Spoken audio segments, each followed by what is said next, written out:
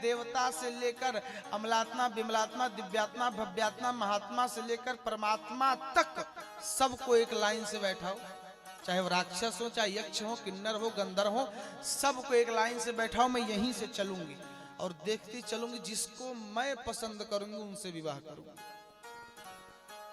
ध्यान देना, ये समुद्र मंथन की कथा को आप साधारण मत समझना।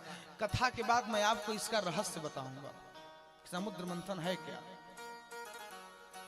लक्ष्मी सबको वर्ण नहीं करती प्यारे, लक्ष्मी सबको वर्ण नहीं करती। लक्ष्मी आने से पहले अपने जाने की व्यवस्था बना लेती। ध्यान दे,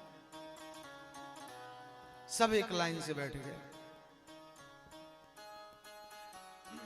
और महाराज जब सब एक लाइन से बैठ गए तो लक्ष्मी जी चली। क्या देख रही हैं?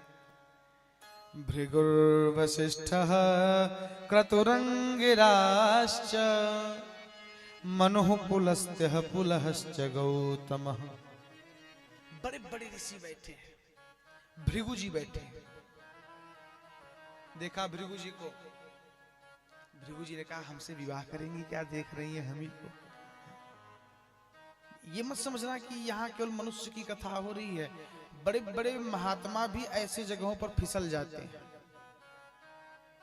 एक अनमोल बात बताऊं, अभी 2 दिन 3 दिन पहले एक अभिनेत्री थी, क्या नाम था, जिनको महामंडलेश्वर किन्नर अखाड़ा में बनाया गया, ममता कुलकर्णी।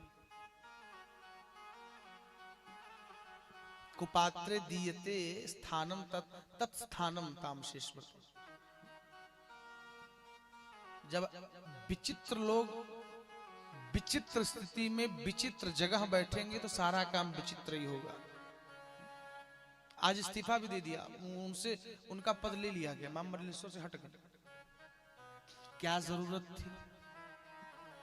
एक साधु भजन कर सकता है, एक साध्वी के अंदर आपका पूर्व चरित्र चाहे जैसे हो, लेकिन अगर आपके अंदर भजन की आकांक्षा आई तो आपको कोई रोक नहीं सकता। अगर आप सोचो कि हमारे अंदर भजन की आकांक्षा नहीं है, वो उसके बाद भी अगर हमारे पास शौहरत है, दौलत है, तो हम महामंडलेश्वर बन जाए, तो देखो कलयुग में संभव है, स्वाभाविक सी बात है।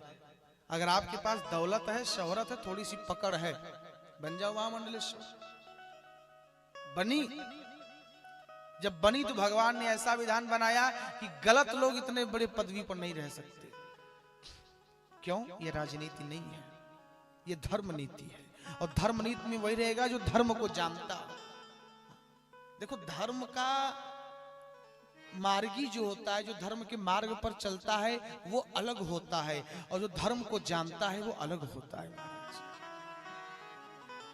तुम अधर्म से धर्म के मार्ग पर आ सकते हो, लेकिन धर्म के जानने वाले बनने में तुम्हें थोड़ा सा तपस्या करना, इसके विचार करना। कुंभ के पहले ममता कुलकर्णी को कौन जानता था?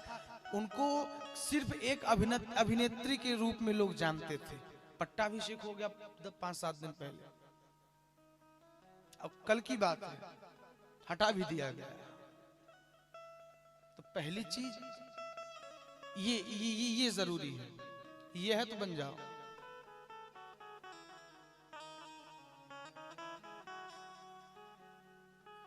लेकिन गलत नहीं।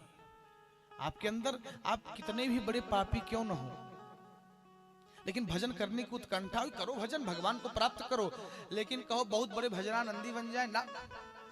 ध्यान देना, विश्वामित्र ऋषि का नाम सुने होंगे आप, बहुत अच्छे जानते हैं आप, सब अच्छे लोग। विश्वामित्र ऋषि क्षत्रिय थे, उन्हें ब्राह्मण बनने के लिए कई हजार साल तपस्या करना पड़ा, तब भी नहीं बने। कभी मेनका के रूप में स्थगित हो गए, अपने आप को संभाल नहीं पाए, तो कभी रंभा को श्राप दे बैठे, कभी कामी हो गए।